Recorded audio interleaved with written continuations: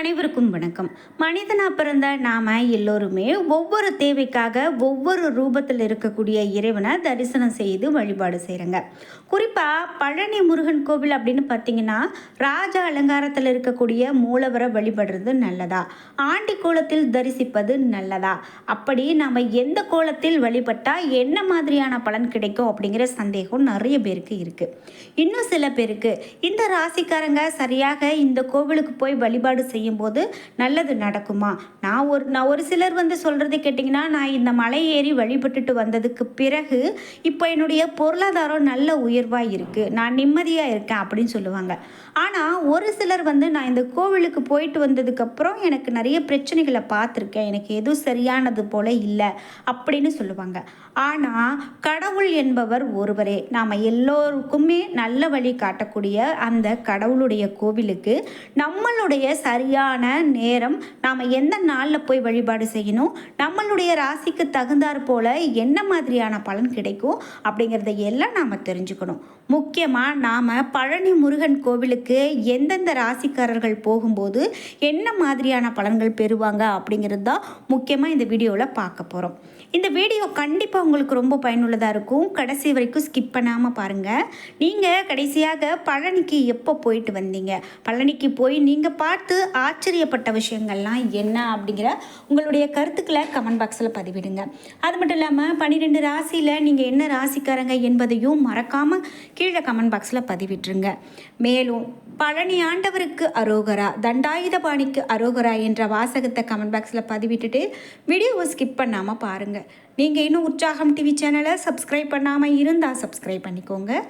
கூடவே இருக்க பெல் ஐகானை மறக்காமல் கிளிக் பண்ணிடுங்க. வாங்க வீடியோக்குள்ளே போகலாம். நமக்கு ஏதாவது ஒரு தோஷம் இருக்குமோ, அதனால தான் எதிர்மறையான விஷயங்கள் நடக்குதோ, நம்ம இதனால தான் கஷ்டப்படுறோம், அதனால தான் கஷ்டப்படுறோம் அப்படின்னு உங்கள் வாழ்க்கையில் நிம்மதி இல்லாமல் குழப்பமான நிலையில் இருக்கீங்களா? அப்போது இந்த வீடியோக்கு கீழே டிஸ்கிரிப்ஷனில் வராகியம்மன் ஜோதிட நிலையத்தின் தொலைபேசி எண் கொடுத்துருக்கேன். அந்த எண்ணுக்கு தொடர்பு கொண்டு பேசி பாருங்கள். கண்டிப்பாக உங்கள் வாழ்க்கையில் இருக்கக்கூடிய எல்லா பிரச்சனைகளுக்கும் சரியான தீர்வு கிடைக்கும். திருமணத்துக்கு வரன் பார்க்க போகிறோம் அப்படின்னு சொன்னாலும் சரி, திருமண நிச்சயம் ஆகிடுச்சு அப்படின்னு சொன்னாலும் சரிங்க, பத்திரிக்கை கொடுக்கவும் ராஜ அலங்கார தரிசனம் ரொம்ப நல்லது அப்படின்னு சொல்கிறாங்க.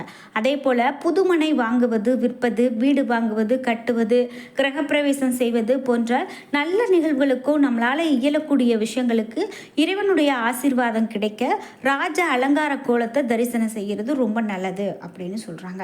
மனிதனால் முடியாத ஒரு சில விஷயங்களும் இந்த உலகத்தில் இருக்குங்க. உயிருக்கு போராடி கொண்டிருக்கக்கூடிய உறவுகளை காப்பாற்றும் எண்ணத்தில் சரியான முடிவெடுக்க முடியாமல் தடுமாறக்கூடிய மனம் கொண்டவங்க ஆண்டி கோலத்தை தரிசனம் செய்து பலன் பெறலாம். ஆண்டி கோலத்தை பெரும்பாலும் முற்றும் துறந்த ஞானிகளும் ரிஷிகளும் சித்தர்களும் வழிபாடு செய்வாங்க. குடும்ப நிலையை கடந்து வாழ்கிறவங்க இந்த ஆண்டி கோலத்தை தரிசனம் செய்ய போராடுறது நல்லது. மிகுந்த சக்தி வாய்ந்த ஆண்டிக்கோள தரிசனம் செய்வது மகத்துவமான பலனை பெற்றுக் கொடுக்கும் அப்படின்னு சொல்லுவாங்க. இப்படியே நம்மளுடைய நிலைகளுக்கு ஏற்றாற் போல முருகப்பெருமானுடைய அலங்காரம் நமக்கு நல்லதொரு பலனை கொடுக்கும் அப்படின்னு சொல்லலாம். சரி, முக்கியமாக 3 ராசிக்காரர்கள் பழனிக்கு போனாங்க அப்படின்னா நிச்சயமாக அதிர்ஷ்டம் பெறுவது உறுதி அப்படின்னு சொல்லலாங்க. அதாவது பழனிக்கு பொதுவாக யார் வேண்டுமானாலும் போகலாம்.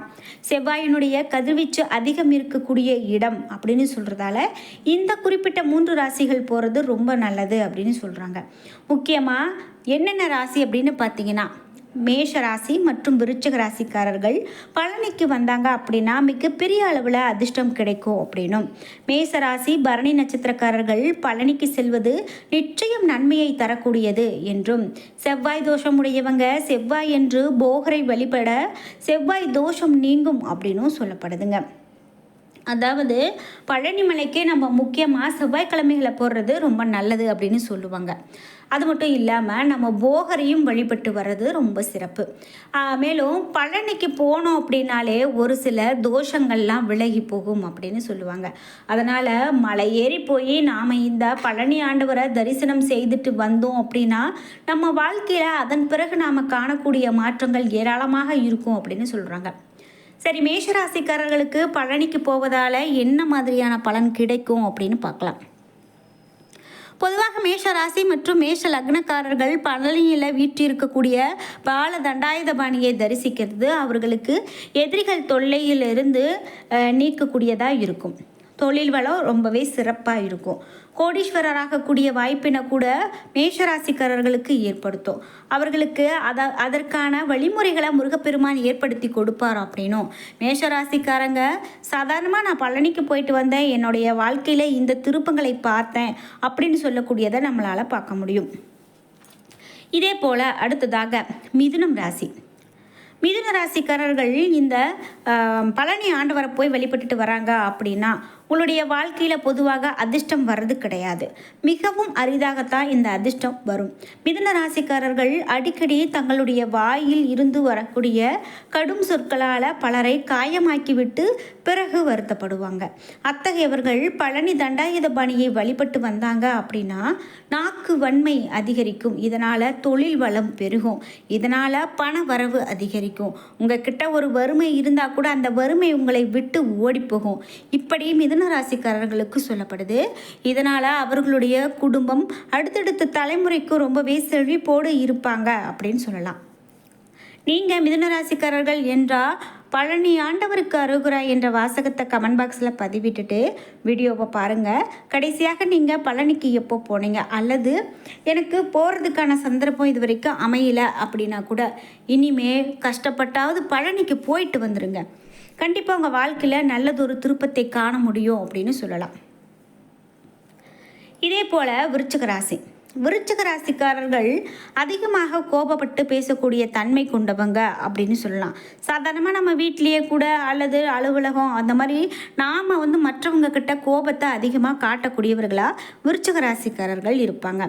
செவ்வாயினுடைய கதிர்வீச்சு அதிகம் இருக்கும். பழனிக்கு சென்று போகரையும் பழனி முருகரையும் வழிபட்டுட்டு வர சாந்தம் பெறுவாங்க அப்படின்னும், பிறகு தொட்டது எல்லாம் துளங்கும் எனவும், தொழில் வளம் கைகூடி வரும் எனவும், கோடீஸ்வரர் ஆவிங்க அப்படின்னு சொல்லப்படுது.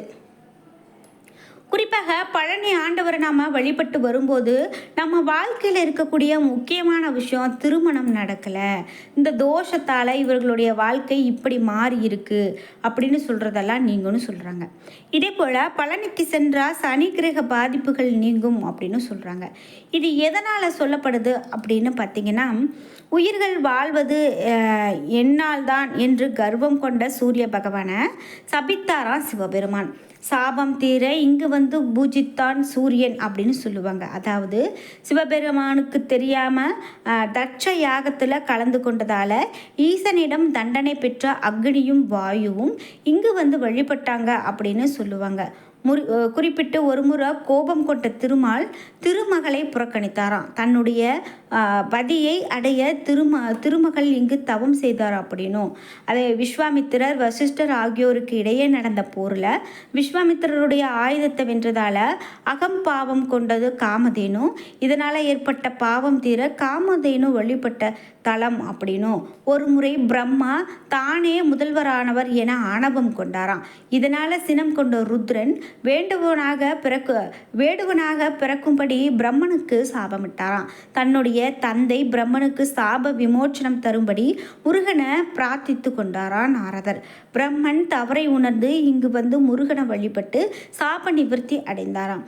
இங்கே வேடர் கோலத்தில் அருளக்கூடிய பிரம்மனை தரிசிக்க முடியும் அப்படின்னும், திருநள்ளாறு சனி பகவானை போன்றே இங்கிருக்கக்கூடிய சனீஸ்வர பகவானும் சிறப்பானவர் என்றும், திரு ஆவினன்குடி தன்னை வழிபட்டால் சனியால் ஏற்படக்கூடிய தொல்லைகள் தீரும் என்றும், நிடத நாட்டு அரசன் நித்யநாதனுக்கு வரம் தந்தாராம் முருகப்பெருமான். எனவே சனி தோஷ பரிகார தலமாகவும் விளங்குது பழனி.